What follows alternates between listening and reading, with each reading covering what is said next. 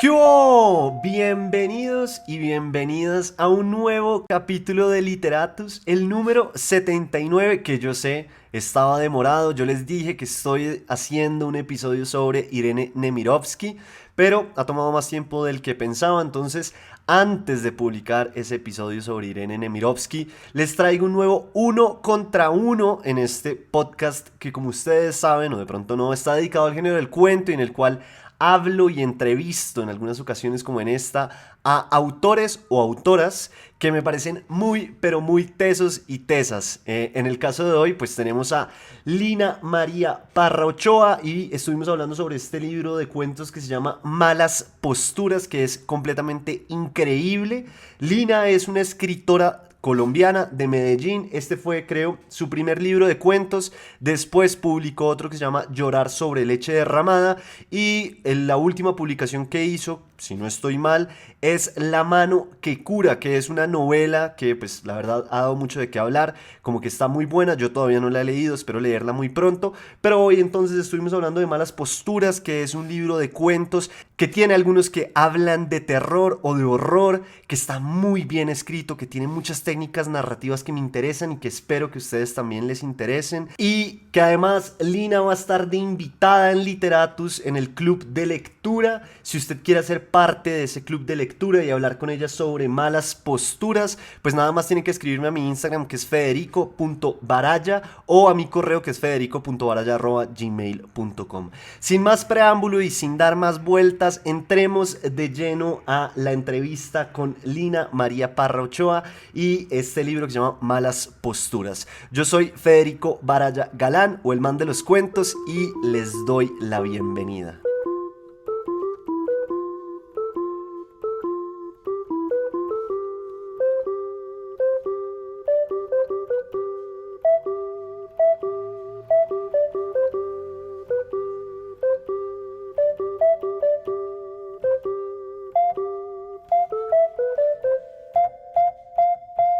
Bueno, Lina Parra, la verdad estoy muy feliz de estar hoy aquí contigo. Desde hace rato venía buscando este espacio para hablar sobre tus cuentos y sobre tu literatura, pues porque la verdad me emociona bastante. Entonces hoy estoy demasiado contento de tenerte acá de invitada.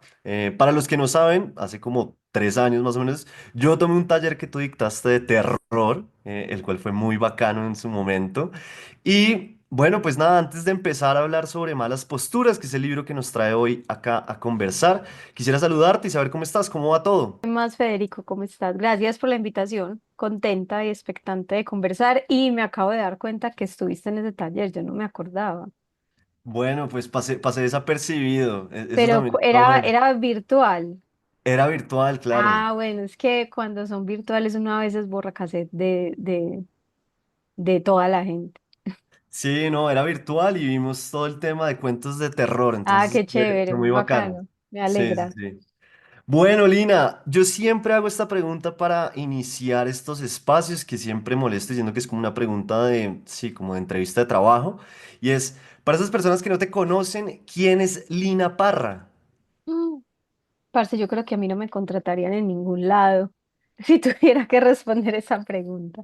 No sé, Lina Parra es una, no sé, escritora, docente, lectora, alguien, no sé, me gusta hacer cosas. Creo que eso es en lo que más pienso todo el tiempo. Me gusta hacer fotos, me gusta dibujar, me gusta tejer, me gusta tallar madera, me gusta escribir, pero creo que sobre todo eso, desde chiquita escribo y eso es como la manera en la que pienso el mundo, pues no es ni mejor ni peor, simplemente es la manera en la que entiendo el mundo. Pero sí me gustaría poder hacer más pereza también. A Lina María Parrachoa le gusta mucho hacer pereza. Claro, a todos nos gusta mucho hacer Uy, presa. Bueno, no a sí. todos, hay gente No, que no, le hay gente gusta que es, no. sí, sí, le gusta levantarse muy temprano a Ujú. trabajar. Tú mencionabas ahí que desde muy chiquita escribes, pero pues me gustaría ahondar un poco en eso. ¿Qué es desde muy chiquita? Pues es que, a ver, a mí me cuesta a veces como cuando hablo de eso porque suena un poco tonto. Desde muy chiquita escribo porque desde que aprendí a escribir escribo cuentos pendejos de niñas que se vuelan de la casa y van a buscar a Papá Noel, no sé, cualquier pendejada. Pero sí, siempre como que nunca no he escrito. nunca eso no ha estado. Yo chiquita, una vez me dio por hacer un periódico familiar, hice obras de teatro con mis primitos y hicimos montajes para toda la cuadra donde mi tía y, o sea, como que siempre me gustaba contar historias, escribir y leer. Entonces, sí, suena a veces como si fuera un poco romántico, entonces por eso me pica un poco contarlo, pero pues sí, así era. No quiere decir que eso me haga como mejor, ¿no? Pero era lo que hacía cuando era chiquita, sí. Bien, ¿y eso lo acompañabas también con lectura desde chiquita? Sí, mi papá fue como muy firme en enseñarnos a leer a mi hermana y a mí desde muy pequeñas y él nos enseñó a leer pues antes como que en el colegio y nos compraba libros y a mí pues yo siempre cuento esto, él me pagaba por leer, entonces yo leía porque me pagaban. Entonces ya Pero después a me... ver, ¿cómo es eso? ¿Cómo es eso que te pagaban por leer? ¿Te daban qué? ¿5.000 pesos por Sí, libro? no, hombre, 5.000. No, eran como 20 pesos o 10 pesos por página, puede ser, no, o menos. Sí, era muy poquito. Entonces, no sé, yo me leía chiquita un cuarto de 5 páginas, entonces me daba ponerle 100 pesos. Y así. Y entonces él apuntaba atrás la fecha en la que terminábamos de leer el libro. Pues Lina María terminó de leer el libro, en 1992, pues ponerle. Y así, entonces me pagaba y creo que de diferentes maneras mi papá alimentó una cultura de la lectura en la casa. Había muchos libros, él también nos leía antes de dormir, nos contaba historias que él se inventaba. Entonces para mí eso es como normal, como que crecer para mí fue darme cuenta que en otras casas no era igual, que no había un montón de libros y que la gente no estaba contando historias todo el tiempo. Pero yo tuve pues esa suerte y a mí me ha alegrado mucho también venir de una familia que cuenta muchas historias. Creo que esa es la otra, como que a uno sí le tocaba ir a las visitas de las tías y las abuelas y las tías abuelas y uno le tocaba sentarse y escuchar gente hablar. Y eso es escuchar gente contando historias y a mí siempre me llamó la atención eso y entonces me quedaba ahí como escuchándome el chisme Claro. y creo que todo eso es parte de ese universo de la lectura, pues no solamente como el del libro. Claro, y me imagino que esas historias eran eso, eran más eso, ¿no? Como chisme, no era como les voy a contar Claro. una historia, sino como pasó esto. Ah, no, no, en las visitas eso era chisme. Pero sí tuve una tía, pues tengo una tía, mi tía Afra y mi papá nos contaban mucho historias de la familia, como anécdotas. Entonces me contaban las historias de cuando mi mamá era pequeña, por ejemplo, que varias de esas historias están en la novela que escribí hace unos años, En la mano que cura, y que varias de esas historias son las que realmente son el germen de Malas Posturas, el primer libro de cuentos que publiqué, son escuchar esas historias de esa infancia tan diferente que tuvo mi mamá, de mi infancia, y de alguna manera querer atrapar eso. Y de ahí como que salió esa semillita, pero entonces sí nos contaban historias, pues como Bien. más, Sí. sí, más te voy a contar esa historia de cuando tu mamá tal cosa, de cuando tu abuelo tal otra. Entonces creo que ahí había habido, que no es exclusivo de mi familia, pues una tradición narrativa oral y además la cantidad de libros que mi papá tenía y en mi casa, entonces sí, siempre estaba como esa obsesión, mi papá siempre que salíamos a algún lado decía lleve un libro, entonces yo siempre llevo, mi mamá me decía lleve buzo, y mi papá lleve libro, entonces, y todavía si yo salgo sin libro me siento como que, como, como liviana, no sé, liviana pero mal. Bien, no, pues está muy bacano porque, claro, tu papá fomentó el hábito de la lectura que es tan Mm. difícil a una edad tan temprana. Y bueno, tú al principio mencionabas algo que me parece interesante y es que eres profesora. Y yo frente a esto tengo una pregunta y es, ¿se puede enseñar a escribir? Esa es una de las preguntas con las que yo empiezo mis talleres. Yo creo que sí y no. No se puede enseñar el secreto. Hay gente que lo tiene y hay gente que no lo tiene, pero se puede acompañar un proceso personal de cada persona, de cada persona, sí. Se puede acompañar un proceso personal y darle a la persona de cierta manera herramientas para que pula lo que tiene. Porque yo creo que a veces nos concentramos mucho en pensar que la escritura o la creación es esta cuestión como de genialidad. Y claro que sí. Hay una gente que uno dice, pero ¿cómo hijueputas hizo eso, cierto? Como Sí. esa admiración mezclada con frustración de, pero ¿cómo? ¿Por qué es tan genial? Pero la mayoría de las personas estamos en la vida creando con lo que tenemos y yo creo que un poco los talleres son uno de los espacios en donde uno sí puede como poner en discusión lo que uno crea, sacarlo del espacio de lo íntimo y ponerlo a pelear, pues como a ver, defiéndase y también aprender cosas, escuchar opiniones, pulirse un poco, ¿cierto? Hay gente igual que pasa toda su vida en talleres de escritura y, pues, ¿qué te digo? Ajá, súper bien. Y hay gente que un día dice, ay, escribí esto y es un cuento increíble y uno, pero entonces por eso creo que sí y no. Creo que la pregunta esconde muchas más, como muchos más vértices, pues. Yo salto mucho entre temas, entonces espero que me perdones, pero Yo bueno, también, yo me voy por las ramas, me vas a tener que recordar de qué estamos hablando. me parece perfecto, porque es que quiero hablar también de un tema que acompaña, primero el taller que yo vi en su momento y también tu literatura, y es el terror. ¿Por qué tienes un interés particular por el terror? ¿Qué hay detrás de eso que te llama la atención y desde cuándo? Yo creo que eso tiene como dos caras. Uno, sí, yo desde chiquita he sido como truculenta, macabra, me gusta asomarme a lo, pues, cierto, no sé, como que tengo ese interés, me gusta ver películas de terror. Si me dicen, mira, esta foto de un cadáver, yo quiero ver la foto del cadáver. O sea, hay una cosa ahí como de la oscuridad que me atrae, a pesar de que soy radicalmente gallina y estúpidamente buena, pues no tengo como la maldad que tienen muchos personajes de las películas que me gustan, pero hay algo ahí que a mí desde pequeña me gusta, hilando ahí ya a posteriori, yo podría decir también que parte como de toda esa tradición oral antioqueña con la que yo crecí, que no es exclusivo de Antioquia, pues, pero está muy ligada con el horror, pues, con el monte, con estas como criaturas de leyenda que están por ahí, con, sobre todo, a mí me atrae mucho como el horror católico porque crecí en una familia católica, escuchando historias pues cierto, como de las ánimas, yendo a rezarle a las ánimas del purgatorio del cementerio. Aquí en Antioquia todavía quedan algunos animeros y ese tipo de tradiciones que están como en la parte más truculenta del catolicismo, ¿cierto? Por ejemplo, en Semana Santa a mí lo que más me gustaba era ir el sábado al Santo Sepulcro porque en los pueblos lo hacen como un, pues sí, como un velorio en una cueva, entonces cogían una casa entera, una casa, y la volvían una cueva con papel para que pareciera piedra, y uno entraba y había a veces agua por ahí porque la gente se metía meras en peliculadas, y estaba este Cristo sangrante metido en un ataúd de vidrio, y uno iba y la gente lloraba, y eso me parecía increíble, pues era como lo mejor.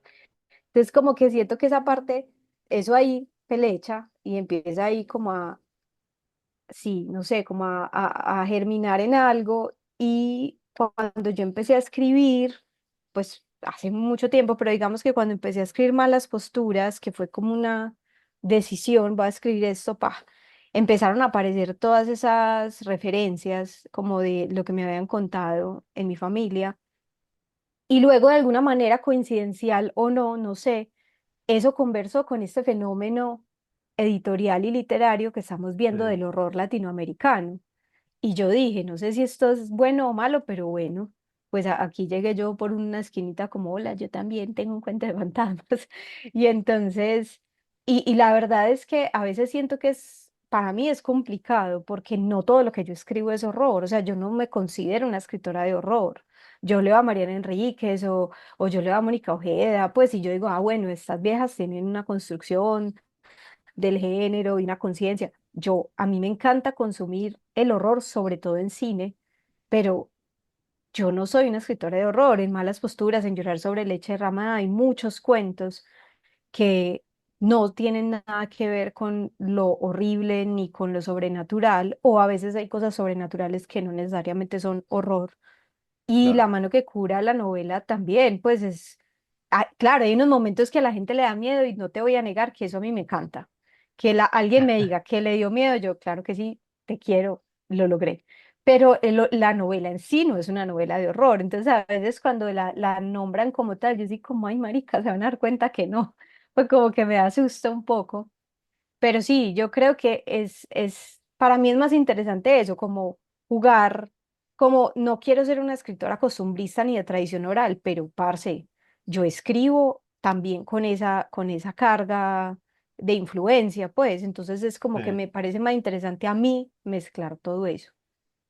Bien, ahí mencionaste muchas cosas que me parecen muy interesantes, vamos a ir por pasos. Lo primero es, entonces, cuando uno habla del horror o del terror en la literatura o para escribir un cuento, ¿hay que hacer un tratamiento específico?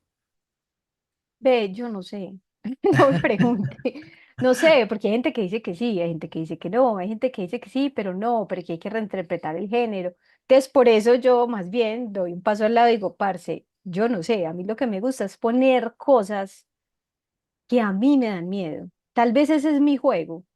Y uno lo reconoce en muchas escritoras y en muchos escritores, ¿cierto? Como que uno, yo Sí, leo cosas y yo digo, esto le tiene que dar miedo a esta persona, o sea, esta persona tiene que tener, porque más allá, a ver, me devuelvo, a mí no me interesa, a mí no me interesa el horror como género estricto, ni en el cine, ni en la literatura, pues como que esto sí es así y así, y entonces estas son las maneras va una chimba consumirlo, pero a mí no me interesa hacerlo, ¿cierto? Tal vez porque no tengo el conocimiento, pero también porque no me quiero ir por ahí, ¿cierto? A mí lo que me interesa es cómo los elementos del horror alimentan lo que sea que vos estés haciendo. Entonces, sin querer, terminas escribiendo, pues o sin querer hacer un cuento necesariamente de horror, terminas escribiendo algo que le puede a la gente dar más cosita y descolocar más, que mucha gente que sí escribe cuentos de horror como bajo la lógica como de la estructura, entonces tiene que haber esto sí. y esto otro, y entonces eso ya está como tan formulaico que como que ya te lo adiviné, ¿cierto? Entonces a mí lo que me interesa es robarme las imágenes del horror, digámoslo así.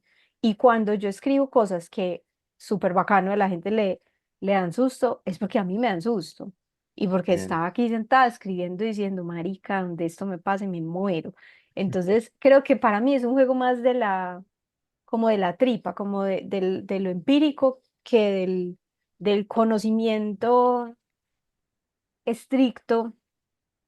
¿Y qué pasa? Que cuando yo he dado talleres enfocados en temas, porque a mí me encanta dar talleres de escritura, lo que más me gusta hacer después de escribir es hablar de escribir. Lo que hago es eso, es enfocar el taller temáticamente como en una serie de imágenes que pueden ser disparadoras de textos, pero no quiere decir que yo esté hablando de literatura de terror y entonces ustedes todos van a salir escribiendo textos de terror, igual que cuando hablo de autoficción o cuando hablo de otra cosa, lo Claro. hago como disparador para la escritura, lo que salga, chimba, pues no me voy a poner estricta y no, técnicamente, no. Claro, es un ejercicio más como de entregarle herramientas a las personas, Mm, que eso es lo más interesante. Yo no sé si esta pregunta sea un poco repetitiva, pero es que me llama mucho la atención saber también tu perspectiva frente a esto y es también uno cómo evita que el terror se vuelva muy de la fórmula, pero más de la fórmula como lo efectista, ¿no? Como que uno se da cuenta, ah, me está poniendo estas cosas es porque es horror y quiere que sea súper efectista. Uno cómo evade eso cuando está escribiendo estos artefactos de terror. Marica, es que me estás corchando, yo no sé, lo único que yo sé es lo que a mí me interesa hacer, que es lo que te digo, yo no pienso que estoy escribiendo un cuento de terror, yo pienso que estoy escribiendo un cuento con cosas que a mí me dan ñáñaras, pues como que me dan como, qué cagada donde esto fuera así, ¿sí me entendés? Sí, sí, Como sí. que es más intuitivo, no sé quién me dijo, parce, porque además yo tengo la peor memoria de la hijueputa vida que había como escritores como intuitivos y escritores como más intelectuales, ¿cierto? Yo humildemente me voy a meter dentro de la casa de los escritores que son más intuitivos porque es como, par, yo no sé, yo hice eso y ahí eso salió y usted mirará. Sí, vos Bien. mirarás a ver qué le analizas, pero a la final sí creo, y eso lo hablo mucho cuando hablo del horror, pues, o el terror, porque además también estuve como, hay un cuento mío en una antología de horror latinoamericano ¿Es que el que acaba de yo salir? salió el año pasado, se llama Cabezas en la Ventana, antología de terror latinoamericano Que en está Mariana México. Enríquez, ¿no? Está Mariana Enríquez, está Bernardo Esquinca, bueno, eso está un cojonal de gente ahí y yo. Y entonces, en el lanzamiento precisamente en Bogotá, yo argumenté algo sobre el terror y el horror y otro escritor, eh, también colombiano, argumentó completamente lo contrario y él es como un conocedor así estricto del género y como súper estudioso Han Cohen, que me pareció súper teso y me cayó muy bien, ¿no? Entonces me parece muy interesante porque yo dije, parce, es que eso también como cuando uno le preguntan qué es un cuento y qué es un relato. Parce, alguien que me diga, porque yo todavía no he podido entender. Entonces, como que lo que a mí me parece es que el juego con el terror es un juego de la imaginación. Si vos, y yo de verdad pienso que la gente que no le da miedo nada es porque no tiene imaginación. Porque es que el terror, el miedo realmente es la previa, es la expectativa y es vos estar imaginándote todo lo que puede pasar y las cosas más extrañas. Y eso luego lo agarras y lo pones en un texto para regalárselo a otro. Y ahí yo creo que estás jugando con esas herramientas del horror o del terror, pues no sé. Bien, y antes de cerrar este pedacito de la entrevista, yo me acuerdo que en el taller hablábamos de un tema que me pareció interesante y es como estas dos vertientes del gore y lo siniestro. Ujú. ¿Cómo es eso para la gente que nos está oyendo y que de pronto le interesa meterse en este mundo del terror, del horror? ¿Qué es eso del gore y de lo siniestro? Bueno, eso lo hablábamos porque a mí hay un ensayo de Mark Fisher, que era un pues filósofo y pensador inglés que me parece increíble, que se llama Lo raro y lo espeluznante, así lo tradujeron en español. En inglés se llama creo que The Weird and the Eerie. Y el man está tratando como de dilucidar diferentes terminologías que tienen que ver con eso, como que descolocado, como lo uncanny, lo que nos produce uy, esto es familiar, pero vení, no, es un poquito distinto y me produce como escozor. Es un ensayo cortico, muy bueno, creo que en español está publicado por Alfa de Kai. Y claro, Mark Fisher hace esta distinción entre lo macabro, que sería como lo gore, y lo siniestro, y habla como de que lo siniestro es una forma como más sutil, en donde hay algo que no debería estar o algo que debería estar y no está, ¿cierto? Entonces él pone el ejemplo, no sé, de un pueblo vacío, que vos llegues a un pueblo y está abandonado. Y eso ya te da como, uy, porque usualmente las construcciones humanas pues tienen vida, tienen gente, y sumale que vos entres en una casa y tenga comida servida, podrida, ¿cierto? Algo pasó para que toda esa gente se fuera de la nada, ¿cierto? Entonces eso ya te pone en alerta y te da sustico.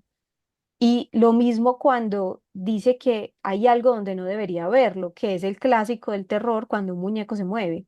Pues los muñecos Claro. no se deberían mover, entonces ¿por qué demonios hay una muñeca moviéndose o una virgen llorando sangre o cierto, cosas de ese tipo? Es muy, muy sutil, pero a vos te da miedo ni el hijo de puta. Y en cambio está el gore o lo mórbido, lo macabro, que es ya esa curiosidad extraña de romper el tabú que tenemos socialmente sobre el cuerpo, que es algo que a mí también me gusta mucho, pero no escribo tanto de eso, que es como querer ver qué hay adentro, ¿cierto? Como desbaratar la sacralidad del humano y volverlo carne. Y entonces tenemos todas estas películas donde parce matan gente de las maneras más creativas y explosivas del mundo. Y pues cuando yo estaba adolescente, había unas páginas de internet cuando internet no tenía tantos filtros que ponían cadáveres y gente con heridas gravísimas y unas cosas muy sangrientas. Yo me metía sobre todo a rotten.com y a shownomercy.com, o sea, mira esos nombres. Y yo me metía, parce, con los minutos, porque esos eran minutos de internet, con los minutos que me otorgaba mi papá, me metía, parce, a descargar esas fotos de gente, una señora que se murió en una bañera y nadie la descubrió por semanas. Entonces, cuando la descubrieron, era una cosa podrida, inflada, ya, o sea, y yo me saliva la boca de la felicidad. ¿Por qué? No sé. Entonces creo que él hablaba un poco de eso y a mí hacer esta distinción también me parece interesante y ahí también en literatura y en cine entonces aparece por un lado el body horror y entonces, pero por el otro está el Claro. horror digamos más clásico que es el de la puertica que se abre, la sombra que pasa que sería más siniestro, como más sutil. Bien, bien. Eso no significa igual que uno no pueda tener un cuento en que los dos elementos No. entren a conversar, sino que eso pasa. Digamos, la gallina degollada de Horacio Quiroga me parece que tiene de todo un poco. Ah, sí, no, pero es súper gore. Pues al final es como, Claro. ¿qué? Sí, exacto. Y vos no dirías, es un cuento de horror, pero es un cuento de horror, ¿cierto? Sí, sí, Y sí. usualmente la progresión de la película hollywoodense de terror clásica es de lo siniestro a a lo macabro, ¿cierto? Empezás abriendo la puerta lento y terminás con la bruja así tirándosele encima a alguien, pues. Bien, listo. Ahora sí, entremos a hablar un poco más de malas posturas que lo tengo acá. Mm. Y lo primero que quisiera saber, porque ahorita lo mencionabas, es que en un momento dado decidiste, quiero hacer esto. ¿Cómo nació este proyecto? ¿Si fue un proyecto pensado, tenías unos cuentos y dijiste, bueno, por acá hay algo? ¿Cómo fue? No, yo tenía como unos apuntes en una libreta y quería escribir. Pues yo siempre que he querido escribir y aquí hay, pero bueno, creo que cambiaron de nombre. Aquí en Medellín estaban las becas de creación de la alcaldía de Medellín y había como una fecha. Entonces yo dije, esa va a ser mi fecha. Y me encerré, mis papás tenían una finquita en San Jerónimo, en Tierra Caliente, acá cerquita de Medellín, y entonces yo me fui para allá en Semana Santa. Y yo dije, bueno, yo tengo de lunes a jueves para escribir porque el jueves llega el bulto de gente a la piscina, sancocho, y ahí ya pues no voy a escribir absolutamente nada. Entonces utilicé esa gabelita ahí de la casa y me encerré allá y escribí los cuentos que tenía ya como, yo suelo hacer eso, como que tengo una libreta con fragmentos, títulos, palabras, ideas, y luego me sirve mucho sentarme y como con la libreta al lado y ya botar todo. Bien, ¿y cómo es ese proceso de escritura? Digamos, empecemos con el primer cuento que es Leyes. Hay algo que me pareció muy bacano y es que tiene un eje, ¿no? Al que volvemos una y otra vez, que son estos personajes encontrándose con el profesor en el carro, pero mientras tanto igual después nos vas dando como contexto de lo que es la historia y hay un secreto alrededor también de un objeto que es la pipa, que es muy bacano. ¿Cómo es eso? ¿Tú tienes como esos ejes en la cabeza, en el pensamiento, o el cuento nace y después dices, bueno, por acá puedo hacer esto, puedo hacer lo otro? Mm. No, voy a ser la persona más aburrida del mundo. La verdad, no. Yo el primer cuento que escribí de malas posturas realmente se llama Pañuelos de papel. Ya estoy Sí, viendo mi libro. Pañuelos de papel lo escribí mucho antes, es decir, lo escribí como en el 2013. Y como que ahí, cuando escribí Pañuelos de papel, me di cuenta de una cosa, algo en la voz, algo en la voz que era mía, pero que estaba contando también la historia de, pues, o la historia ficcional, obviamente, pero basada en anécdotas de mi familia, de mi abuelo, de la muerte, no sé qué.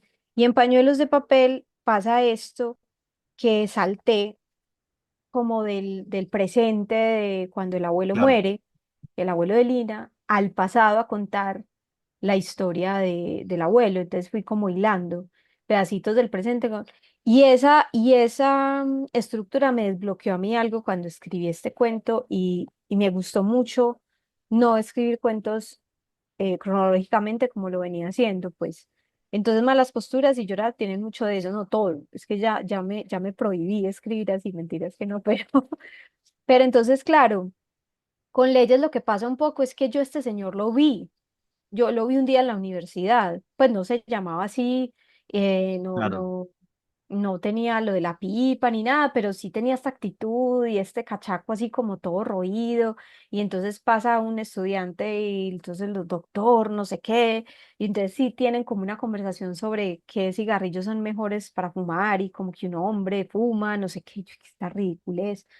Y el señor me molestó tanto que se me quedó en la cabeza y, y nada, esa frase del doctor Saldarriaga fumó pipa desde los 7 años salió y empecé a escribir y creo que esa desbloqueada de, puedo saltar en el tiempo, me dio una libertad. Y entonces por eso se empieza a repetir mucho en los cuentos. Bien. No, Y no ahora me que parece mencionas esa malo, primera pues, pero frase, bueno. no, pero me parece que está buenísimo, más porque, claro, me parece interesante eso de que un cuento te haya desbloqueado también las formas de narrar, que pues Ujú. eso muchas veces esa es la dificultad, ¿no? Y eso me trae la siguiente pregunta y es, nos leías la primera frase del cuento y yo quisiera saber qué tan importantes son para ti esas aperturas, como uno oye muchas veces que hay escritores o escritoras que dicen como, para mí el primer párrafo es vital porque es el que me da el tono y ya puedo seguir. ¿Para ti es tan importante o en realidad el primer párrafo cambia muchísimo hasta que en un momento lo encuentras y ya? No, para mí el primer párrafo, bueno, no el primer párrafo, las primeras frases son importantes porque son las que me permiten arrancar. O sea, usualmente cuando yo escribo un cuento, empiezo por la frase que escribí en la libreta. O sea, usualmente esa es la frase que lo que escribí por ahí, eso es el principio, y ya ese es el principio. Y soy como toda terca, y como no, yo no voy a mover nada después. Es un reto que tengo también, o sea, como que he pensado mucho con los años de escribir, porque yo soy muy tranquila para todo, pero para escribir soy como terca, estoy aprendiendo eso. Entonces yo escribo el cuento y ya, ese es el cuento. Y yo lo miro y le corrijo cositas, cierto, ortografía, que se me fue eso, que me faltó aquello. Pero para que yo entre un cuento a reorganizar, eso no pasa. No, es como que ya, eso fue lo que salió. Yo no me voy a poner Pero ¿por a qué pasa eso? esforzarme. No sé, yo digo que eso es como la pereza en mí, como que ya eso salió y no tengo esa, viste estos escritores que vuelven al texto Claro. y entonces le trabajan. Para mí la carpintería es muy interesante, pero es más una carpintería de ya tengo esto y cómo lo pulo, pero sí me cuesta mucho volver a reestructurar, como no, entonces este párrafo aquí arriba, no, este personaje, ta, ta, ta. O sea, hace poco que estaba terminando un libro, un cuento que era como con unas historias de mi hermana, sí se lo mandé y me dijo, mira, esto no tiene tanto sentido porque en el laboratorio no haríamos esto, entonces yo le dije, bueno, ¿qué harías? Entonces ya me dijo, y entonces ya como que fui y lo reescribí, pero para mí eso es antinatural. Y no me enorgullezco de eso porque siento que es un poco mediocre. A veces leo los cuentos después y digo, "Ah, tal vez hubiera hecho esto otro", pero la verdad me quita mucha ansiedad. Pues como escribir y eso fue lo que salió y lo corrijo y lo trabajo, pero no me voy a quedar preguntándome cuáles son las mil posibilidades en las que este cuento podría cambiar porque me atranco. Y no, yo cuando escribo es ya, ya, suerte, la bendición y te fuiste, pues no te conozco. Me parece muy sano para la salud mental. Uf. Uy, sí, parce, porque es que uno ya, después es como yo, uno, yo ya qué más voy a decir acá, eso fue lo que, y como suelo escribir en tirones largos, ¿cierto? No soy de escribir un parrafito, de decirme y pensar, y entonces volver después de almuerzo, es que, no, a mí eso no me sirve. Yo me siento a escribir, entonces lo que salió, siento que es lo que tenía que salir y no puede salir otra cosa y ya. Entonces es como si me cerrara que también es bacano cambiar eso y retarse como a cuestionar los textos, pues, pero sí, malas posturas en particular salió así, salió como una flecha. Y de este cuento tengo dos preguntitas más antes de simplemente dejarlo. La primera es la caracterización del personaje o de los personajes. ¿Eres una escritora que le pone atención a eso, le interesa caracterizar y cómo caracteriza? O sea, eso me parece muy interesante porque caracterizar es un reto, no, no es tan fácil simplemente dar las características del personaje y ya. ¿Cómo es en tu caso? Pues yo me baso mucho en esta idea de que en el cuento uno debe poner lo que el cuento necesita y ya. Entonces, a mí no me sirve escribir cosas, ni me interesa que no le agreguen nada al cuento, ¿cierto? O pues a la historia.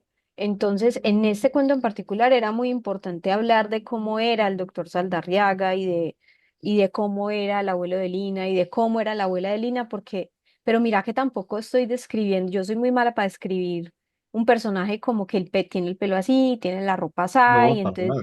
no, simplemente las características que en la historia van surgiendo, ¿cierto? O sea, vos en la historia, en el cuento de leyes, te vas dando cuenta que la abuela es una mujer como disminuida y, y silenciosa y que carga como un gran dolor, es porque el cuento te lo va mostrando, ¿cierto? No porque al principio te dicen, y entonces esta era así, así. Sí, y eso es lo que a mí me gusta, como que en el cuento se vaya revelando quién es el personaje, ya sea a través de rasgos físicos o de rasgos emocionales o de pequeñas cositas, pues.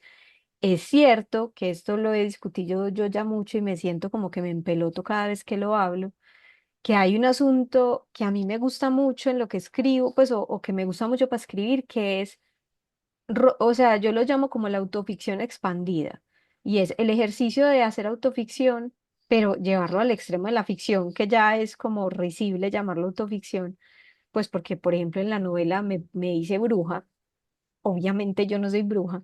Entonces es como que llevarla a un extremo de la ficción, pero yo sí me estoy robando cosas de la realidad, Claro. sobre todo nombres, ciertas apariencias y ciertas anécdotas que a veces para mí funcionan como disparadores de la escritura. Entonces, cierta anécdota, cierto gesto, cierta cosita, pa, que te me lo traigo y me siento a escribir, pero me gusta ese juego extraño de dejarle el nombre o dejarle ciertas pisticas. Entonces, no sé, el dedo quebrado de la abuela era el dedo quebrado de mi abuela. Este tipo no se llamaba así, pero yo lo vi. Era profesor de Derecho allá en mi universidad. Y está como cierto, como que hay ciertas cosas que me permiten anclarlo en el mundo porque es el mundo que yo conozco, pues robarle cosas a la gente, como vampirizar a la gente que conozco para escribir. Es muy bacano porque sí, o sea, en la caracterización uno ve que la caracterización siempre llega en momentos específicos que hacen que la historia avance, que es lo que también es muy bacano, como que sí, no es el bloque de el tipo era así, sino Ujú, que a medida que va avanzando la historia nos vas dejando también cosas que hacen parte, sí, como de la totalidad del cuento. Entonces la caracterización en todos los cuentos me parece una cosa muy bella, que es difícil de lograr, entonces pues nada, primero agradecerte.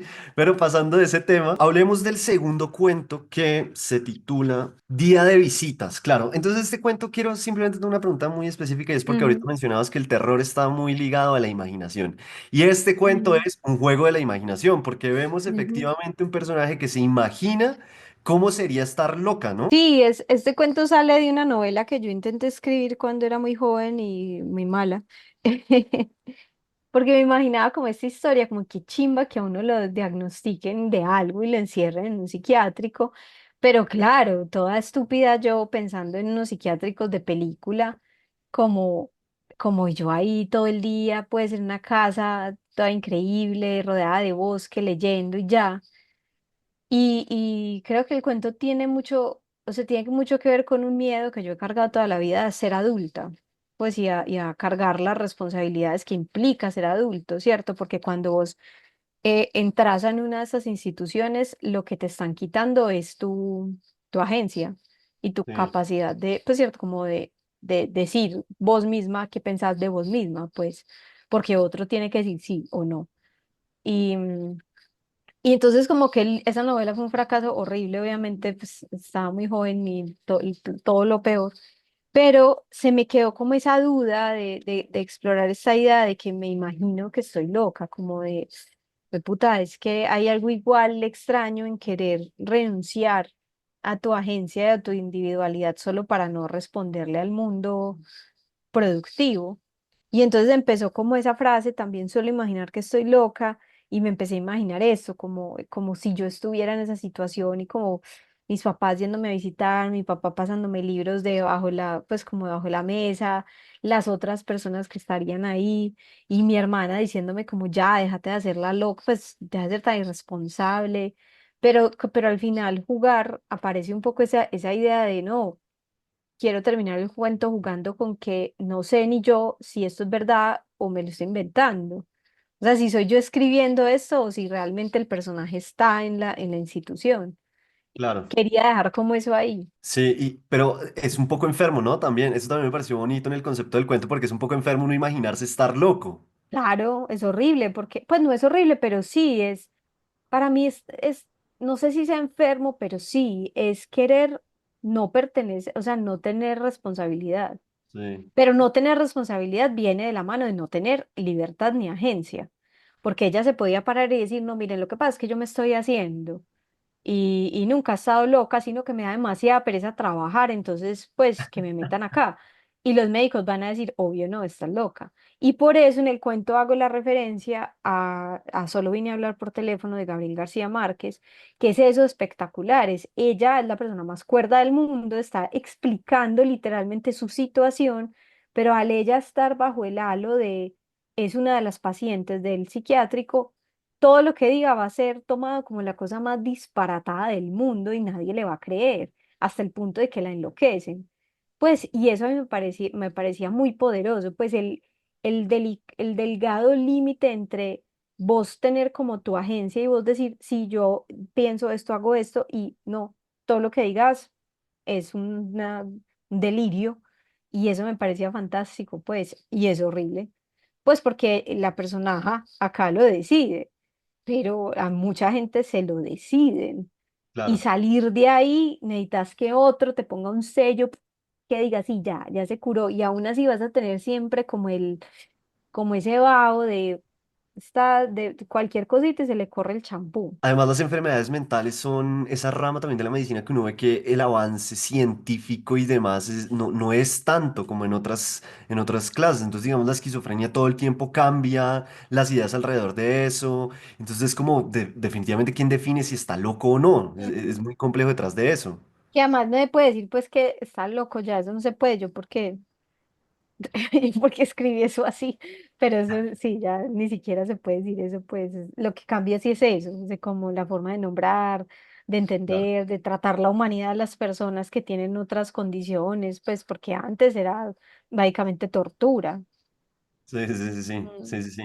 Bueno, pasemos a uno de los cuentos que más me gustó, que me pareció una chimba, y es Pañuelos de Papel. Tú decías que fue uno de los primeros que escribiste, increíble, porque tienes un juego con los tiempos que es verdaderamente, pues sí, bellísimo, porque juegas con el pasado, con el presente y con el futuro. O sea, hay un Mm. momento incluso en que, mientras se narra, se imagina el futuro y vemos, sí, el tiempo verbal en futuro. ¿Cómo fue eso? ¿Por qué jugar con los tiempos verbales? Yo sé que me vas a decir, no, no sé, porque yo simplemente lo escribí, pero también desde tu lado y tu rol como profesora, ¿cómo se juega con los tiempos verbales para no terminar haciendo cualquier cosa? Yo creo que eso sí es una cosa como de práctica y de cuidado en el proceso de la carpintería. O sea, ya, vos pues sí, creerte muy allá y como te estoy diciendo yo, me senté y escribí y salió lo que salió. Pero claramente después tiene que haber un proceso juicioso de revisión porque si hay cosas que no cuadran, pues hay que arreglarlas, ¿cierto?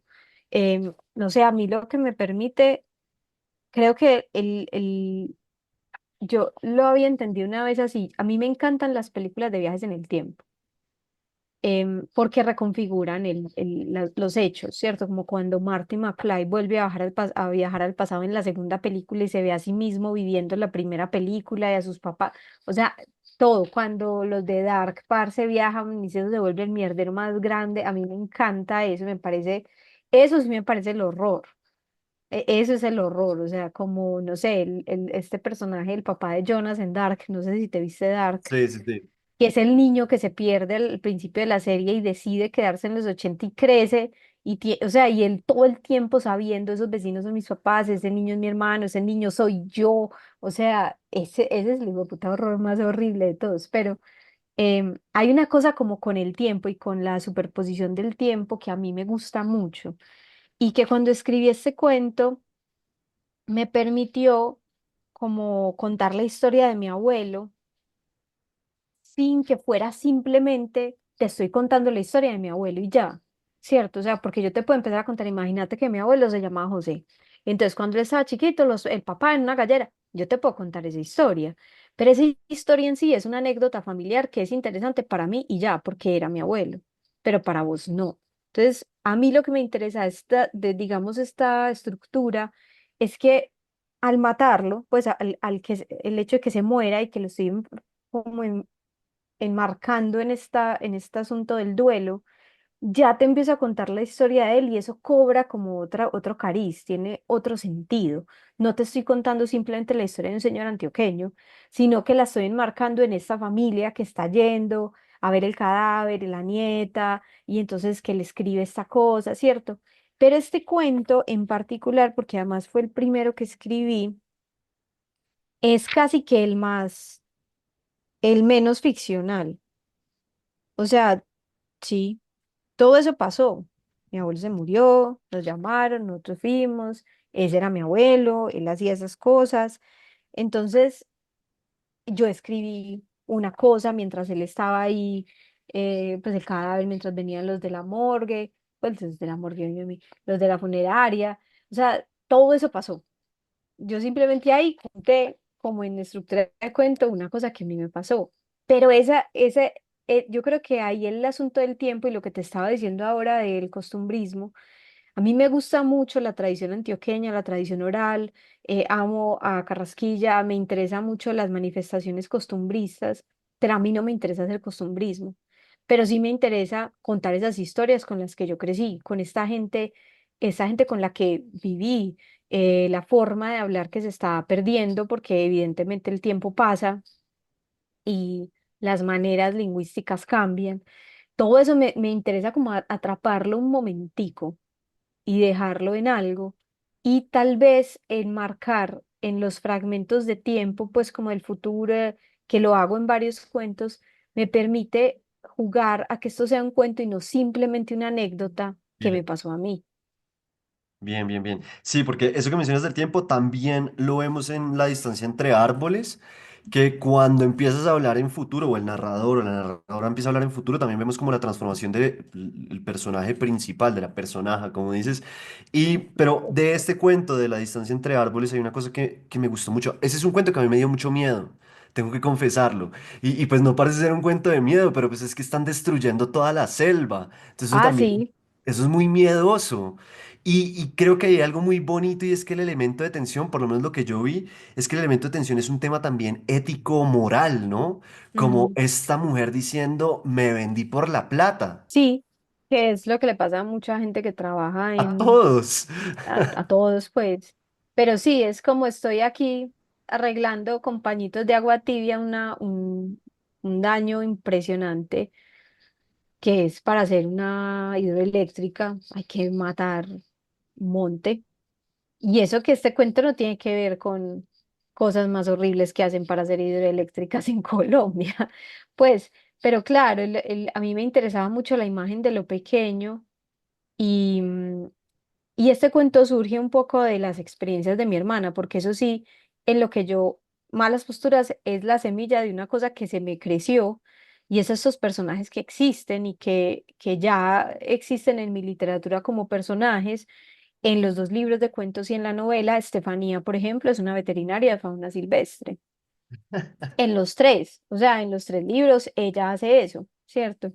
Y a través de ella puedo hablar también como de la naturaleza, de los animales, de la destrucción. Hay unas cosas que me interesan mucho, em, pero todas las historias son historias de mi hermana. O sea, este cuento es mi hermana un día que llegó del Huila a contarme cosas y yo, ¿qué? Empecé a escribir, contame más. Obviamente ficcionalizado, lo que ella piensa, obviamente nada, ni dónde vive, ni nada, todo es inspirado en sus historias, pero sobre todo en, en esta escena final en donde ella tiene que matar el animal con sus propias manos, porque sabe que eso es mejor que entregarlo y que le hagan un montón de cosas que no le van a servir para nada y que solo le van a garantizar horas o días de tortura hiperdolorosa hasta que se muera por sus propios medios porque a la empresa no le conviene matar animales, sino que se mueran solos. Eso es una cifra distinta. Entonces ella se tiene que esconder y matarlo y enterrarlo y como los árboles cayendo, y eso para mí sí es lo más horroroso. O sea, cuando tumban un árbol, uno dice, pero vos sabés cuántos hijueputas años se demoró esto y lo tumbaron, así como no sé, y después me acordé hablando, no, bueno, cuando lo escribí creo que ahí está mencionado, que mi hermanita y yo nos veíamos una película de una hadita que se Sí, enamoraba de un aserrado, no, vaya la película más trágica del mundo, sí. sí, pero eso de los árboles también es muy bonito porque incluso en el cuento lo dice y es como, no sé, 300 años para crecer para que en un minuto lo tumben Mm, y después lo en 30 tumban segundos ya lo corten y chao. y se acabó. Y Y ya, y todo todos los es... animales que vivían ahí. Y yo, ojo, yo no quiero caer, y acá me van a matar mi hermana y todos los animalistas del mundo. No quiero caer tampoco en el exceso de la romantización de la naturaleza. Pues todo esto, o sea, este techo, todos esos árboles que para que pueda existir un pueblo, el pueblito Claro. más lindo del mundo, tiene que haber tumbado monte. O sea, la civilización humana se hace también a base de tumbar monte, pues, pero cuando uno ve el, como la cantidad y el tamaño de la destrucción y la rapidez con la que la máquina humana va y arrasa lo que se demora años en crecer, es desolador porque uno se pregunta hasta dónde es necesario todo esto, porque una cosa es como, ay, bueno, vamos a hacer un pueblito, no sé, Macondo, tomemos 3 árboles, y otra cosa es, pues, obviamente, pero otra cosa es como, claro, el hipercapitalismo y el consumismo exacerbado necesitan de tumbar y tumbar para poder seguir alimentándose y ahí es cuando uno se asusta y creo que mis cuentos son muy depresivos en ese sentido porque yo soy como parada ante el desastre y digo, marica, no, yo no sé qué hacer, pues lloremos. Mi postura sí, es la depresión. No, ese cuento es una chimba, estructuralmente también es muy bacano porque entonces uno empieza con el personaje viendo que se están cayendo los árboles y no puede hacer nada, entonces le Ujú. gritan y entonces responde, después vemos la jugada también con el animal, pero, y esto me parece importante, no es un cuento de denuncia, o sea, tú estás contando una historia, Mm. estás narrando algo que sucede que por los lados tiene estos temas y eso es muy importante porque muchas veces sí, cuando se vuelve panfleto el cuento se daña, ¿no? Sí, tal vez a mí no me interesa tanto ser tan panfletaria, a mí no me interesa tanto, sí, como el panfleto duro, sé que tiene sus ventajas, sé que puede ser muy interesante y los escritores del mundo tendrán opiniones distintas.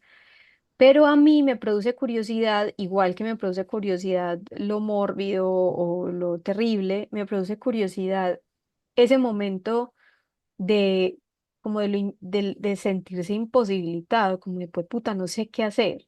Porque tal vez yo en mi vida me he encontrado mucho en esos momentos, soy muy chiquita y esto es muy enorme y yo puedo seguir acá y tener mis convicciones y hacer mis cositas, pero esta máquina comedora de todo es demasiado grande y no sé qué hacer. Claro. Y, y a veces a mí me gusta como explorar eso en los personajes porque no sé, siento que me abruman tantos personajes o heroicos, sí, o sea, como que todo el mundo es muy de armas tomar y yo conozco mucha gente que no. Yo conozco mucha gente que no es tan de armas tomar o que no se puede poner a denunciar la corrupción porque es que tiene 5 hijos que alimentar, ¿sí me entendés? Y Sí, es sí, como, sí. marica, sí, qué gonorrea, pero es que tengo una esposa que está enferma y tengo 5 hijos y mi mamá está y entonces estoy haciendo una matemática de la cotidianidad y elijo comer callado porque la vida es una mierda. Esa postura a mí me parece muy interesante como de explorar en los personajes. Entonces, Estefanía es esta veterinaria de fauna silvestre que ama la naturaleza y le toca trabajar en eso porque si no hay más trabajo. Y Claro. sí, ella como pueda intenta salvar los animalitos que pueda, pero ella sabe que eso no es nada. Y entonces entiende como que está dentro de un animal gigante una forma como de rebelarse contra esas órdenes es como, ah, no, usted no quiere que yo lo mate porque no quiere tener cifras de muerte, pues entonces yo lo mato con mis propias manos, marica, y lo escondo, pero yo a estos animales no los voy a poner a sufrir porque ustedes quieren decir que recuperaron no sé cuántos animales, porque todo es Claro. unas cifras. Sé que ya hemos hablado bastante tiempo, no quiero robarte tampoco demasiado tiempo. Tengo dos preguntitas para ir cerrando. La última del cuento es simplemente sobre el último cuento, que es Malas Posturas. Mm. Ese cuento también es dolorosísimo de leer. A mí se me retorcía todo el cuerpo leyéndolo. Pero un concepto muy bacano que me quedó ahí y es como esta idea de la hoja de vida a través de las enfermedades, ¿no? Como qué pasaría si Mm. uno, en vez de mandar su hoja de vida, siempre mandara sus enfermedades. ¿Cómo sería un mundo así? Pero más allá de eso... ¿Cómo fue ese cuento? O sea, ¿cómo fue escribir ese cuento? Ese cuento también tiene muchas cosas de estructura, pero también es muy doloroso. ¿Qué querías también mostrar a través de este cuento? Pues este cuento creo que es el otro que yo me he ido como volviendo más ficcional con el tiempo, pero este cuento también es muy, ¿qué? Fiel a ciertas cosas de la vida. Es decir, esa lista de enfermedades pequeña que hay ahí es la lista mía. Y a mí me ha parecido interesante cómo en la creación, en la literatura en particular, pero en todas las formas de creación, nos relacionamos con el cuerpo de diferentes maneras. No sé si has visto que hay escritores que hacen un montón de ejercicio. Entonces, no sé, como Leila Guerriero que sale a trotar y Sí, sí, entonces sí. mientras es como, y es una vieja que está buenísima pues, y entonces ella se relaciona con el cuerpo como de una manera más a través del cultivo, del ejercicio, de la fuerza. Yo por muchos años me relacioné con mi cuerpo a través de la idea de la enfermedad y del dolor. Y creo que de ahí salen malas posturas, de esa acumulación. Y surge de una frase que me dijo mi abuelo, me dijo, es que, porque a mí me dio escoliosis cuando era adolescente, pero para mí eso no es doloroso porque eso fue lo que a mí me tocó vivir, entonces a mí me parece que es como normal. Y cuando yo le cuento a la gente es como, no, terrible, y no está súper traumada, y yo, no, porque eso fue lo que a mí me, pues, lo que me tocó, sí o qué. Pero cuando a mí me dio escoliosis, mi abuelo, me acuerdo que me dijo que eso era culpa mía, porque yo tenía muy mala postura cuando me tiraba como en el sofá a ver televisión. Y yo como que no, no es culpa mía, si algo es culpa tuya, porque es genético, pues, o sea, Sí, la escoliosis es sí, no sé si eso sea un desorden o qué, pero es una cosa genética que está ahí, se manifiesta en la adolescencia, usualmente, mayormente en las mujeres, sí. Entonces, pues yo no le respondí eso, obviamente. Pero eso, vieras que él me dijo eso cuando yo tenía 12 años. Y esa frase, o sea, malas posturas, se me quedó en la cabeza flotando años. Y escribiendo cosas, un día la escribí en la libreta. Y ahí empecé como a, ve, y, y realmente el cuento surge de eso. Un día sí tuve una molestia en el ojo y escribí esa primera frase de que tenía como nublado el ojo izquierdo. Y se empezó a ir como esta situación ya ficcional en donde esta chica le empiezan unas migrañas súper fuertes y se empieza a acordar de todas las veces en las que ha tenido que ir al médico y ha tenido enfermedades o condiciones y, y empecé a hacer como un derrotero de, sí, como de mi relación con la medicina, las enfermedades, los hospitales, que yo amo la medicina, no amo las enfermedades, pero eso hizo que, por ejemplo, yo en un hospital no me aburro. Todo el mundo es como, no, qué pereza los hospitales. Y yo, no, qué chévere las salas de espera y como las revistas, no sé, como pues igual ya no hay tantas revistas, pues desde la llegada del celular sí, claro. ya perdimos la revística del hospital. Pero sí, ahí empieza a aparecer esto y se me empiezan a venir todas estas imágenes de los médicos, de cuando era pequeña pidiéndole a los médicos que por favor me dejaran morir si la cirugía salía mal, obviamente no me iban a hacer caso, de las mariposas que tenía el ortopedista en su oficina, que eran mariposas que mi ortopedista tenía en su oficina, o sea, obviamente todo este pensamiento de sentirme como una mariposa, esto es la escritura mía hoy, pero Sí. todas esas cositas sí hacen parte como de mi historia. Esa es mi historia clínica, pues ahí, Bien. resumidita.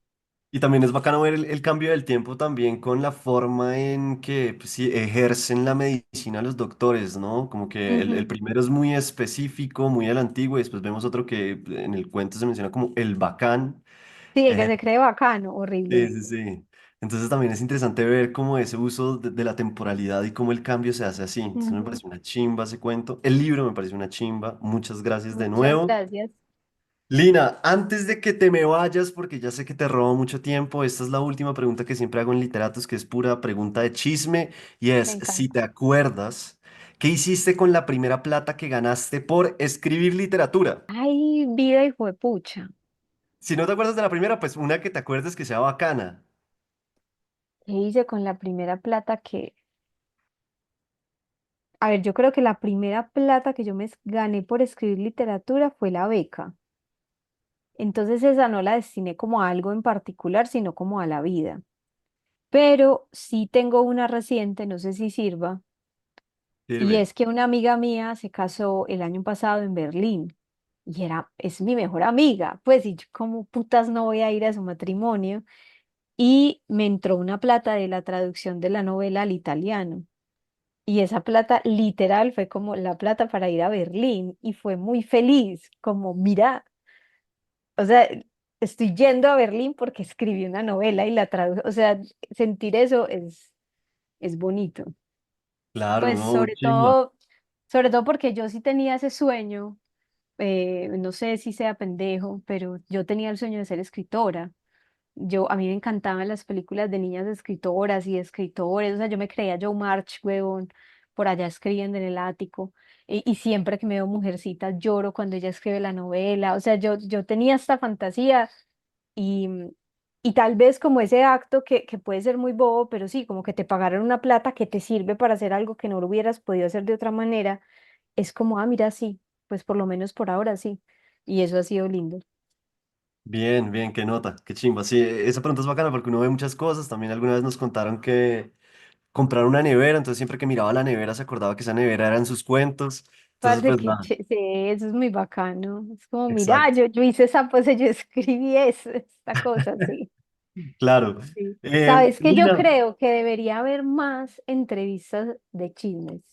totalmente de acuerdo. Pues así, como cuál es su color favorito, no sé, pero no mentira, no, pero sí debería, como que la gente se disculpa por, no, ahora te voy a hacer una pregunta que es muy de la revista Vanidades y yo, por favor, hácemelas todas. No sé, Sí, pienso sí. eso. Sí, pues creo que igual también es difícil porque tú lo tomas así, pero puede haber otros escritores que Sí, sigan obvio, como, obvio. joder, Qué acá no venimos estupidez. a eso. Sí. Entonces, pues, pero a mí me gusta mucho esa pregunta porque también hay muchos mitos alrededor de la escritura y como, los millonarios, y es como lo más Ujú. lejos posible de eso. Sí, habrá Entonces, algunos que sí, qué chimba, pero exacto. Entonces por mm, eso me gusta mucho hacerla, es pura pregunta como de futbolista, entonces también por eso me ah, parece bacana. Lina, sé que publicaste pues hace poco, a mí me parece, La mano que cura, y bueno, también quiero hacerle la invitación a todo el mundo que nos está viendo, porque con Lina vamos a estar hablando de malas posturas en el Club de Lectura de Literatos, entonces si quieren participar, nada más tienen que escribirme a mi Instagram que es federico.baraya o a mi correo que es federico.baraya@gmail.com y ahí yo les paso todos los santos y señas para que hagan parte y le hagan muchas preguntas a Lina. Pero antes de que te me vayas, ahora sí la última de las últimas es, ¿cuál es la diferencia entre escribir una novela y un libro de cuentos? Si es distinto como dicen o eso es sentarse a escribir y hágale. no, yo creo que es las dos. O sea, yo creo que es sentarse a escribir y hágale, pero también la novela te propone otros retos de longitud, de conexión de elementos, ¿cierto? Como que tenés que, la novela requiere más rato de pensar, como de tener ciertas cosas presentes, porque un cuento es muy fácil escribirlo de una sentada y leerlo de una sentada y corregirlo, y como, ah, eso, tan, tan, tan. Una novela no, pues una novela escribirla de una sentada, pues a no ser de que seas un loco o genial, pero es complicado, pues, o es una sentada de días enteros, ¿cierto? Entonces creo que ahí a mí por lo menos me sirvió tener un mapa, como que yo tenía una hojita pegada al frente del escritorio, iba apuntando los nombres de los capítulos y ciertas cositas, pero sí fui, por eso te digo que las dos son ciertas, porque yo no tenía un mapa previo y luego escribí, sino que el mapa se iba ampliando en la medida en la que yo escribía la novela. Entonces, como Claro. que yo, como los juegos, ¿cierto? Que uno va ampliando el mapa mientras juega, es eso, como que yo iba escribiendo y, entonces se me ocurría eso, entonces apuntaba allí, entonces esto puede ir allí, ti, ti, ti, y entonces seguía. Y es un compromiso, digamos, de escritura más largo, pues, porque también los cuentos se pueden escribir por sí solos, pues puedes escribir un cuento y ya, o podés escribir un libro de cuentos entero de una Claro. sentada, que fue lo que sucedió con los dos libros míos en general, pues excepto por pañuelos de papel que ya existía, pero los otros no, los otros los escribí todos juntos y lo mismo Llorar sobre leche derramada, fue como me senté y lo saqué todo. Entonces, en ese sentido, la experiencia de escritura se me pareció. Pero claro, ya es distinto revisar una novela, releerla, entender ¿cómo se dice? Como su envergadura. Eh, eh, sí, es inevitable. Entonces, sí, creo que, a ver, como lo que te digo, yo creo que es diferente, pero creo que centrarse en la diferencia a veces lo llena uno de ansiedad. Y más bien yo creo que cada escritura te va proponiendo a vos dentro de tus posibilidades y de tu estilo y de tus búsquedas un reto. Porque puede que yo intente escribir otra novela, que es lo que ando haciendo, y la escriba súper diferente a como escribí esta anterior, ¿cierto? Porque es no sé, otro proyecto, otro momento de mi vida, tengo otro tiempo. Entonces, también creo que no es como un absoluto, así se escribe una novela, porque vos puedes enfrentar escritores novelistas brutales que te dicen uno A y el otro B y quién tiene razón, los dos escribieron novelas. Entonces creo que es un proceso de descubrir a uno cómo le sale. Lina, muchísimas gracias por estar acá hoy de invitada en Literatos. Espero que la hayas pasado tan bien como yo la pasé. Y bueno, pues seguiremos en contacto.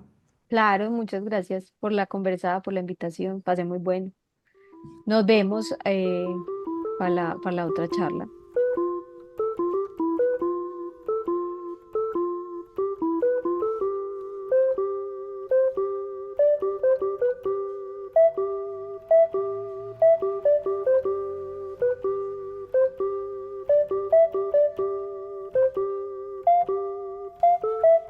En este capítulo número 79 de Literatus estuve charlando con Lina María Parra Ochoa sobre su libro de cuentos Malas Posturas.